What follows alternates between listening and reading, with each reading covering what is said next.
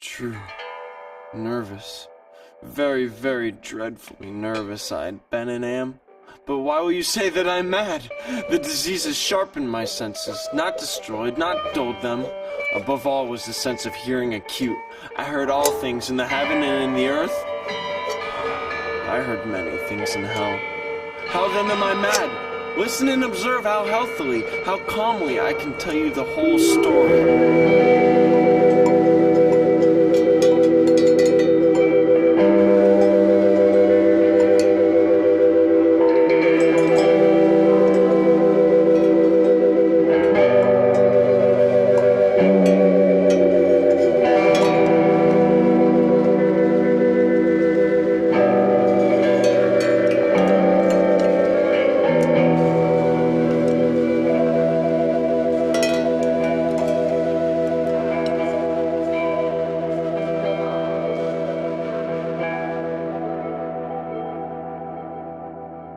I had taken up room and board with an old man whom I loved greatly. He was like a father to me. I treated him well, but deep within him, there was an evil, evil, evil thing. His eye, his hideous vulture eye, haunted me. It haunted me. I had to take care of it. And that night, around midnight, I turned the latch of his door and opened it, oh so gently. And then when I had made an opening sufficient for my head, I moved in, very, very slowly, so I might not disturb the old man in his sleep. But I found the eye closed, and so it was impossible to do the work, for it wasn't the old man who vexed me, but it was his evil eye. For the next 7 days and 7 nights, the evil eye haunted me, it tormented me. Little did it know its time was drawing near.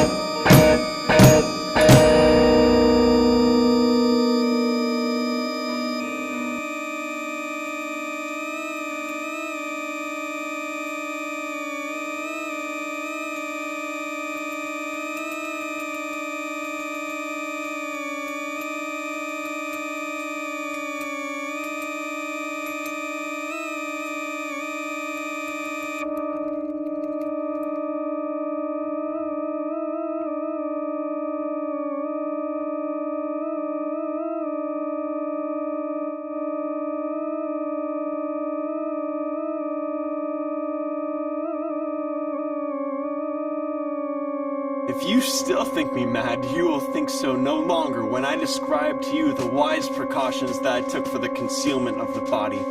The night waned, and I worked hastily, but in silence. First of all, I dismembered the corpse. I cut off the arms and then the legs. And then I took up 3 planks from the flooring of the chamber and deposited all between the scantlings. I then replaced the board so cleverly, so cunningly, that no human eye, not even his, could have detected anything wrong.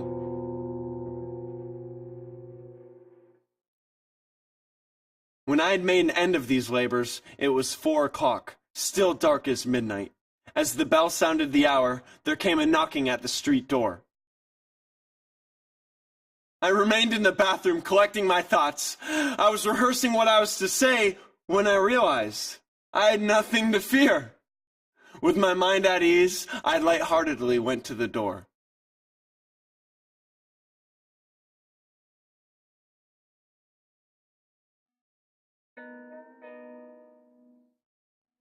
Waiting there were the neighbors from next door. They came to inquire about the screen. I said it was my own in a dream. The old man, away in the country, To arouse no further suspicion, I invited them in.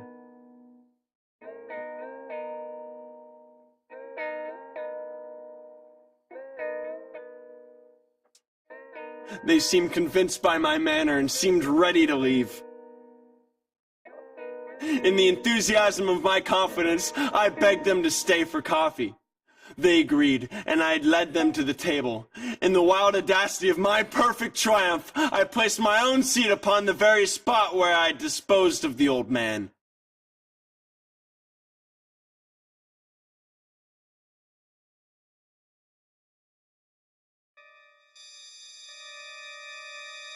He sat and chatted of familiar things.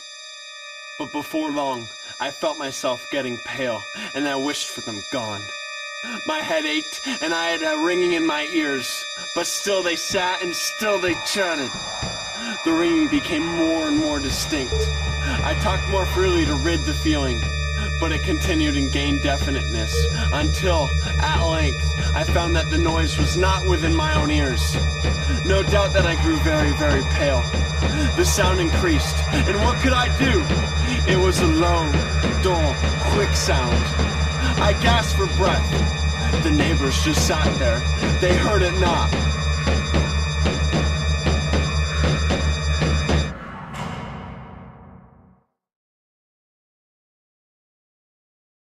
I regained my composure, and I talked calmly. But it was of no use. The noise continued to be loud, fast. I raved, I swore, but the noise arose overall and continually increased. It grew louder, louder, louder, and still the neighbors chatted pleasantly and smiled. Was it possible they heard not? No, no, they heard, they suspected, they knew. They were making a mockery of me. Anything was better than this agony. I could bear their hypocritical smiles no longer. I felt that I must scream or die. Villains, dissemble no more. I admit the deed. Tear up the planks. Here, it is the beating of his hideous heart.